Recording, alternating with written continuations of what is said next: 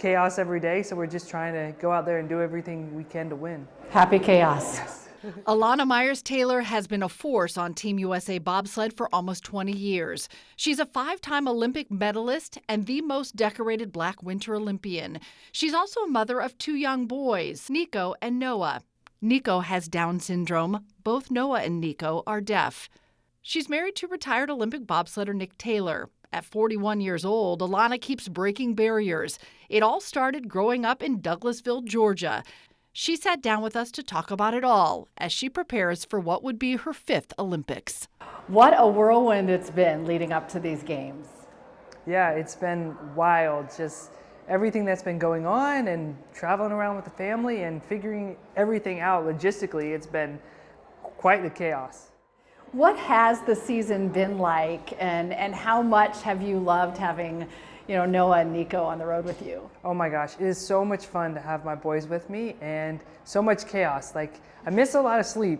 Don't get me wrong, it would be a lot different if they weren't there, but they're my biggest motivators. To have them by my side and to see me day in and day out doing what I'm doing, it's just the coolest experience, and I know for them they get a lot out of it too, meeting my teammates, interacting with people from around the world, and just being around. Like, they're seeing people achieve and go for goals at the highest level. Like, what more could you ask for your kids to have for role models? And as they're getting older, they're understanding more. Amazing to think at the last Winter Games, Niko was just getting ready to turn 2. Noah wasn't born yet. How much life has changed in the course of one Olympic cycle. It's crazy how much everything could change in just a short time, like less than 4 years. And so now we've got the 2 of them, and it's just been so much fun. And now they're able to watch races and understand and see what's going on. I remember when we first had Noah on tour, like, he would watch the race and see mommy on TV and not understand that mommy's coming back, that mommy's just down the road, and mommy's just doing her race for a little bit of time, and she'll be back in the room pretty soon. So he had a hard time with it at the beginning, but now he really understands that, and every time he sees a bobsled, he signs mama. So it's been cool to see. And then Niko's always been cool as a cucumber. He likes going to races, but he only wants to tolerate the cold for so long. So he's like, yeah, this is cool, I like being out, but I'm done. And when he's done, he's absolutely done. But it's just a joy to have them with me. Niko's a Georgia kid. Yes. He's an Atlanta kid. Niko is straight up Georgia, and that's the coolest thing is both of them, Atlanta in their blood, born in Atlanta hospitals, and this will always be home regardless of where they are in the world. So much has happened in one Olympic cycle, but to think about 5 Olympic cycles, is it just even something that you soak in at any point and really think back at the massive time of your life that has now been directly connected to Olympics? It's funny, the reason this soaks in so much that I have been to 5 Olympics and that this is my 5th Olympic cycle is because now there's people on the team that will tell me they watched me in the 2010 games when they were in elementary school or something like this, and I was like, holy smokes, that was that long ago. Like, it really was 15 years ago, 16 years ago. So to have been in the sport for that long and to have this incredible journey, like, I can't put into words what my entire career has looked like. Like, I haven't been that reflective. So it'll be interesting after these games to have that kind of reflection and be able to look back and see what's really happened. I mean, now we're still in the thick of it and still in go, go, go mode and things like that. And it's just chaos every day. So we're just trying to go out there and do everything we can to win. Happy chaos. Yes. We were just looking at a picture of you and I in Lake Placid in 2017. When you think about competing now in a 5th Olympics, how much does that cumulative experience make a difference? Fortunately for me, the experience is paramount.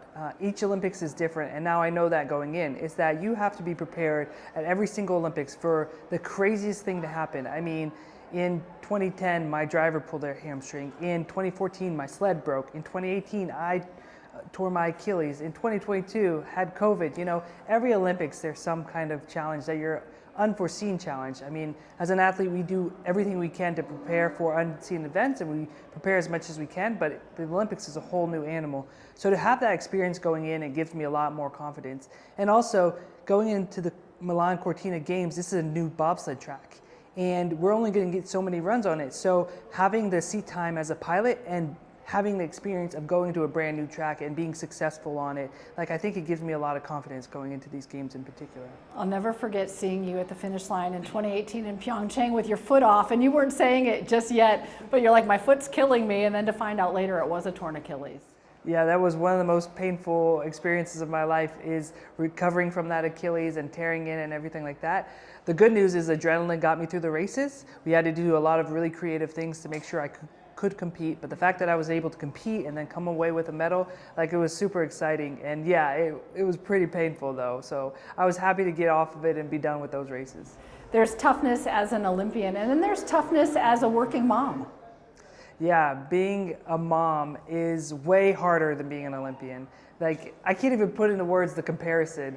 And it's funny, like, the day-to-day, like, it's kind of similar in that, like, you have goals for your kids every day, you have things you want to accomplish, but you have to constantly adjust those goals. In sport, it's based off of how you feel, based off of how you're doing mentally and things like that. In life, it's just based off of the chaos that goes on every day. Like, even getting kids out of the house ready to go to school is like an Olympic event in and of itself. Like, grabbing shoes, grabbing different things, coats, whatever, trying to plead with them to put the shoes on, to get in the car, all this kind of stuff. So, you know, I feel like I get a workout in every single day, regardless if I'm training or not. But the reward? The reward is so much greater, like having those kids with me by my side and having them experience everything. And you know, they get to be a part of a world that very few people do. This Olympic sport world it's incredible, and I've built a family out of it, and literally and figuratively, so it's been incredible for them to be a part of it. And you know, they've traveled more countries than most adults will in their life, so for them to be able to have that experience and to see the world, but not only the world, to see them as well. So with Niko, a lot of times the people we meet, he's the first person with Down syndrome they've ever met. Or my kids are the first deaf people have ever met, my competitors have ever met. So to see them and for them to have normal interactions with everybody, like, it kind of normalizes disability in a sense. So I feel like their purpose in being on tour is actually serving a greater purpose than just what I hope they're getting of seeing high performers. That's been part of your purpose too, about being an advocate and educating people about all kinds of abilities. Yeah, it's crazy. I think 90% of deaf children are born to hearing parents.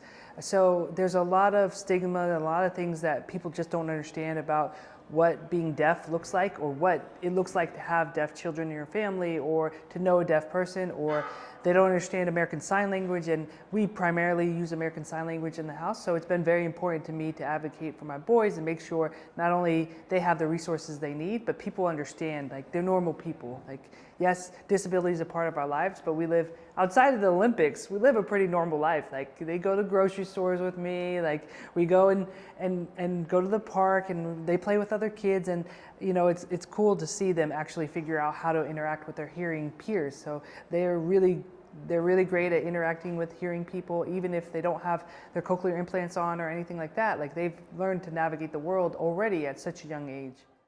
And you said that now that Niko's walking, you said he's got the Taylor itch. Yeah, the Taylor itch, between me and my husband, we're constantly moving. We're constantly going places. Like, every couple weeks we're on a flight. And my youngest, actually, now he signs flight. Like, go to the airport, get on a flight every couple weeks to me, because that's the expectation. He's going somewhere. So my oldest now, Niko, he's walking and he's doing so well. It took us a while to get him to walking, but he's doing so great. But now he'll go and walk and sit by the front door expecting to leave. He expects to go. So he's definitely got the Taylor itch there. What's the sign for flight? Okay. Yep. And so what's really cool in ASL, because it's a very visual language, is like an airplane. That's the sign for an airplane. And if you were taking off, you literally do like a takeoff, or you literally do a landing. Okay. So it's literally like that, which is really cool. So then you can show the plane in motion and things like that. And it's also really cool, like, I've partnered with Delta, and they're one of my biggest sponsors now. And so to have my kids on Delta flights and have them, you know, showing the flight attendants the different signs for flights, and Noah going up and down with the flights, like, it's been a really cool experience. And part of the reason that I've partnered with Delta is they've really been an airline for families. It's amazing the lengths the flight attendants will even go to make sure that my kids are communicated with. Like, one time, Noah was just as toddlers do, just completely freaking out on a flight. Like, I think it was an early morning flight or something like that. And the flight attendant said, hey, do you want me to go take him to get some cookies? And she could tell, like, I was losing my mind at the time. And so she took him to get cookies, and she took him to the back, and he showed her the sign for cookie. And, you know, she didn't know much sign language, but it didn't matter. They were able to communicate, and she gave me a respite for just a second so I could deal with Niko, and move on and have a pleasant flight. I was going to say, it just makes sense that you're a Delta athlete, and then all roads kind of lead back to Atlanta, where your heart really will always be. Yeah, my heart will always be in Atlanta. I'm a Douglasville girl, and that's why it's so cool to partner with a hometown airline. Let's fast forward a little bit for when February comes and your home state is watching you, as everyone will. What will your message be to everyone at home? My biggest message is just thank you for all the support. Like, Atlanta will always be home. This will always be my community, and I could not do what I do without the support of my community and without the support of Atlanta and the entire state of Georgia. Like, you've literally raised me and gotten me to this point. So I'm excited to go out there and represent Georgia, hopefully one more time, and we'll see where it lands. You know, when we sat down before the last Olympics, you were talking about potentially retiring. What made you say, I'm going to give it another go? You know, it's funny because apparently at those games I told several athletes that I was retiring. I told them that I was done. I don't remember that. But after 2022 and how hard it was, and having COVID and overcoming that and walking away with 2 medals, I was, you know, it felt like a really good cap on my career. Like, I had the 2 medals, and I was opening ceremony flag bearer. Didn't get to walk, but then I got named closing ceremony, and it felt like a good final chapter. However, then I had Noah, and it turns out he's deaf as well, and I felt even more this calling to go out there and do this with him as well. And if I could, give him the opportunity to see his mom at her finest and going out there and pursuing your goals. And to be honest, I was going to take it one step at a time, and I was going to take it 1 year at a time, because traveling the world with 2 kids is a whole nother ball game. And so I told myself, it's like, okay, we'll go 1 more year, we'll see if we're competitive, and if we're not, we'll just shut it down. And that first year, you know, there was plenty of ups and downs. I came out hot, and then we hit a dip, and I just wasn't winning anymore. And so I was really questioning whether or not we were going to continue. And then lo and behold, World Championships hits, and I win a medal. So then I was like, guess we're going, guess we're doing this. So it really has been one of those kind of things. It's been really cool to do this with my kids, but also to prove to myself that being a mom hasn't stopped me from pursuing my dreams. And all the stuff we encounter as parents, like, there's still a way. I'm not gonna lie, it's hard, it's not easy, but there's still a way to go after our goals and also be an example to our kids. After that World Championships, I was like, Mom still got it. She still got it. And I think it's a really important part of the conversation, that there would have been years ago that even the thought of starting a family would just sort of assume that a woman would then retire. And that has really changed as more and more elite athletes say, no, I can still be competitive as a mom over a certain age. It's just like breaking barrier after barrier. Yeah, it's been really cool to see the rise of female athletes continuing their career after they have children, after they give birth and whatnot, because it's just female athletes, like, I think we don't know the limit of, like, the age that female athletes can be and hit their peak, because for so long they've given up their athleticism in order to go into motherhood, which is, don't get me wrong, that is completely honorable and huge, and I want all female athletes to have the choice. I want them to be able to say, hey, I want to continue to do this as a mother, or I want to retire and be a mother. Both are great options, either is fine, but now that they have the option to continue your career, and you're seeing more and more opportunities, I think we're really going to see female athleticism and female competition really explode, because we don't know, like, for so long it's thought, you know, women peak in their 20s, or maybe they peak in their 30s, or who knows, maybe it's 40. I'm hoping it's 41.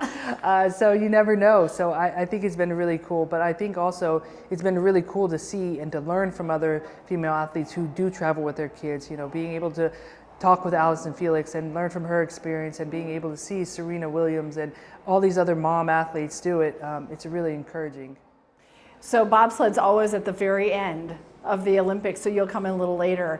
Do you watch some of the other athletes? Have you gotten to know some of the other Winter Olympians over the year? What will you be watching before bobsled hits the track? Fortunately for Winter Olympics, it's a small family, so you know most of the other athletes, whether it's encountering them at Olympic and Paralympic Training Center or doing events or even the Delta team, being together with the Delta team. Like, you come across a lot of the athletes. So some of my favorite events are snowboarding, of course. It's always fun to see that in the air and things like that, but I'm gonna watch everything I can. I'm really looking forward to seeing Jessie Diggins.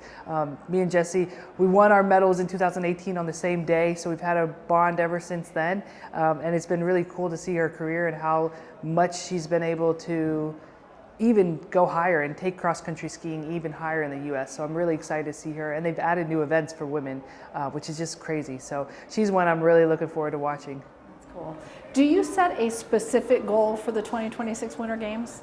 I think the only goal you could set is 2 gold medals. Like, have opportunity to win 2 gold medals, that's obviously the goal. Now, knowing that, I know how difficult it is, and I know sometimes all those factors aren't inside your control. But if I set my goal to win those 2 gold medals and I do everything within my control, then I put myself in the best position to try and do that. If it doesn't happen, that's okay too, but I'm gonna do everything I can to make it possible. Yeah, I was thinking about at the 2022 games, you said the best moment was putting your medal around Niko's neck. So the ultimate goal would be 2 gold medals and really one for each of your sons. It would be an absolute dream to be able to give my sons 2 gold medals. I feel like Noah will probably take both of them. Probably wouldn't let Niko have one, but you know, they're the reason I'm out here doing this. So if I could bring a medal home to them, it would be an amazing dream. And Nick is still such a big support.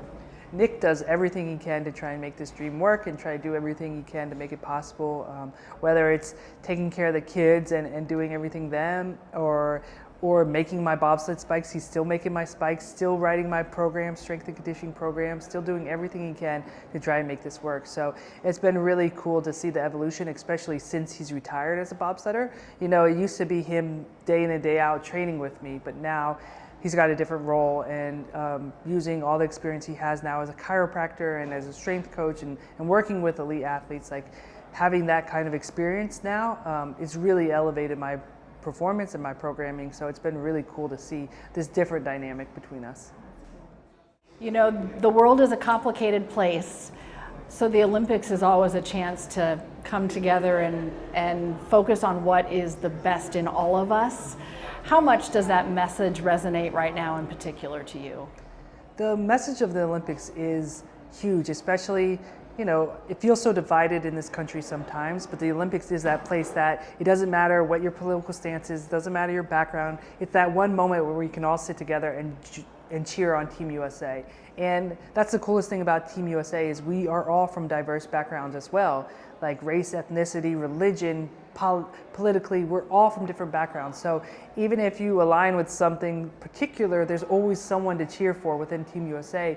And cheer for the entire team. Like, you're really going out there and doing it for your country. And that's why I've always been so passionate about representing this country. Like, we're a great nation. And yes, we have our ups and downs, just like any other country, but I get to wear USA on my back.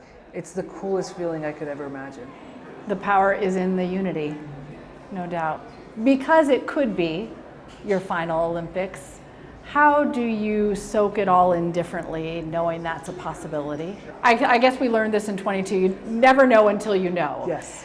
But because you know it could be your final Olympics, how do you soak it in a little differently? So it's funny, we've taken a different approach this year, and me and my husband, Nick, have really talked about if we're going to do this and we're going to go after it, it really has to be worth it. Like, the boys are missing their therapies, they're missing school time, they're away from other children, they're missing their family. We're going to be over in Europe for 6 months now, so the boys are sacrificing a lot for us.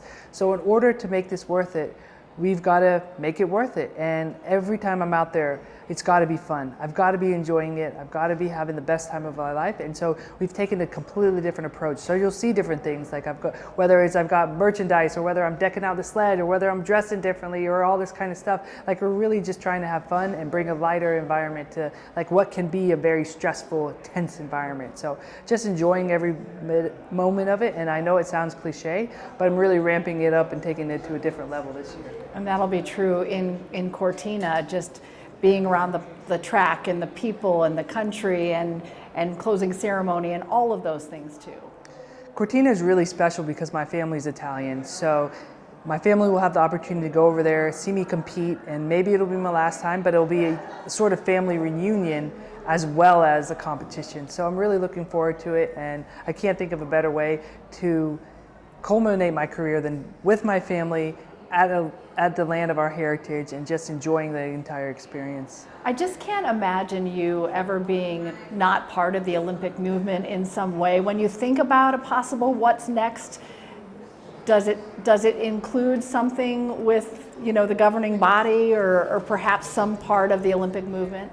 I'll always be involved in the Olympic or Paralympic movement. What that looks like moving forward, I'm not sure. Like, I've got this really strong passion for disability, and I served on the Georgia Council of Developmental Disabilities for a while, and just being able to represent Georgia and developmental disabilities, like, that's really sparked a different passion in me too. So if I can combine my love of the Olympics and Paralympics with advocating for people with disabilities too, then that would be the dream. That would be incredible. That would really. I just remember our time at Niko's school. Well, it was therapy, but it felt like school, and what a beautiful experience, you know, and to be part of all of that. Yeah. Being part of the disability community has changed my entire outlook on life. Like, it's opening me up to this whole different style of life that is absolutely beautiful. I mean, the deaf community itself has been so welcoming to my family. They treat my kids, or it feels like they love my kids more than I do sometimes. Like, they've done everything they can to try and help me and try to help my kids get the best out of everything and try to help my kids get whatever they need so they can live the best life possible. And your team is still such a big part of their lives. It really is. Niko and Noah have an extended team as you know, USA Bobsled, right? So much of my team have even gone to the step of trying to learn American Sign Language and try to sign with them and just do whatever they can. And it's been really cool to, like, see them, even if we're all at a team setting eating dinner, some of them will take Niko or Noah and just give me a moment to finish my food. Because, you know, as a parent, you never get to eat a meal. Like, most of my meals these days at our house is standing up at the counter. So just to see them interact with them in those little moments, it's just been really cool for all of us. I was going to ask you your pre-race meal. Maybe it's a PB&J. I don't know. My pre-race meal used to be a PB&J, but now it varies basically whatever I can get at the time. Like, it's always a struggle, and trying to manage both of them and things like that, and trying to make sure I'm not having toddler meals to try and do athletic performance, like chicken nuggets and things like that. Like, I don't even do chicken nuggets, but now as a toddler mom, that's what you find yourself grabbing from time to time. It's like whatever you got. So because you are juggling so many things as an Olympian, as you're training with the boys, as a mom, what do you do right before that race to just focus on that one task and leave all of your other responsibilities in that moment to the sideline?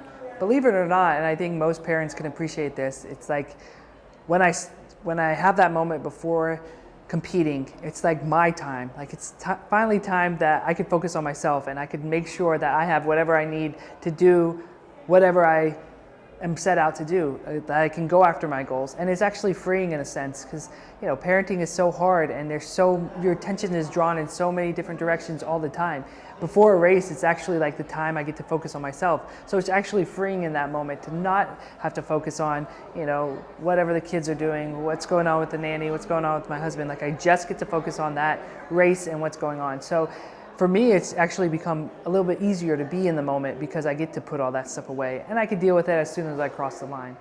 We'll be in Cortina for the opening ceremonies. Oh, you will? Okay. And there's a chance I could walk. It's just now a logistic matter of figuring out what happens with the kids and how that's going to look and everything like that. So we'll be there for the entire length of the games. We actually have training runs on the track prior to the opening ceremony. So we'll get on the track, get settled, all that kind of stuff. But how that looks for the opening ceremony, closing ceremony, I don't even know. We're going to take it step by step, and first step is qualifying and then go from there. You've done thousands of interviews in your Olympic career. Is there one question that you always wish somebody had asked you? Oh, that's a really good question. I can't think of one. Like, I think the good news about having been in this movement for so long is I've been able to share my story with so many different people. And there's a lot about me out there, a lot that I've been able to tell my story about, which has been huge, which has been amazing to be able to share my story and share my story now with my kids and my husband and all of that, because it's really been like Olympic sport has changed my life, and it's changed my life for the better, and it's given me a life and sport in general. So I always want to encourage people to take up sport. Like obviously it's not going to be at the Olympic level for everybody, but it's done so much for my life and improved it so much that I just encourage people to go out there and try. And at the last Olympics, you became the most decorated Black Winter Olympian. What does that mean to you? That's a wild statistic, and one I never thought I'd even accomplish. Like when I started bobsledding, I thought, hey, I'd win an Olympic medal and then I'd be out and then be done. So to have this career now and to be up there with so many accomplished Olympians and to have this statistic behind it, it's incredible. I never set out to do that. I just wanted to go out there and perform at my best. So anytime I can go out there and represent and show how diverse the Winter Olympics could be, show that it's one of those events, especially in bobsled, that regardless of where you come from, you can be successful. Like it's very important. Like for me, it was Vanetta Flowers and seeing her behind a sled that encouraged me to try for bobsled. So I believe if you see it, you can believe it, you can achieve it. So if you see someone who looks like you, if you see myself or some of the other differently cultured athletes in the sled, then you believe you can do it and you can succeed. So it encourages more and more people to get out there and try it, and hopefully more will. Well, thank you for sharing your story all these years. It's just been a joy to get to know you and your family, and thanks for the way you represent Georgia and Atlanta and Team USA, and for all you've done. It's been an honor to be out here and compete for so long, and it's just a joy to do what I love and get the world to see it. Like I'm a performer. I love being on the stage. I love being out there, and I love people seeing everything I'm able to do. And also I just love being from Atlanta, like being here at the hometown, and any opportunity I have to come back. And fortunately, Delta will always bring me back. They'll always bring me home, and it's just been great. It's been a great career so far. Hopefully, fingers crossed. Do you still get nervous before you jump in? Absolutely. You do? There's never a time where I will not get nervous. You know, in bobsled, something dangerous can happen every single run. There's no run where you can just take off and take it easy. Like that's not the sport I'm in. But also, like that nervousness, that excitement, those butterflies are what keep me going in the sport. That's what keeps me pushing forward and things like that. Like it's just that feeling, I chase it. And it's going to be hard to find once I'm done with sport. I don't know what it'll look like, but I don't have to worry about that for now because I'm still competing.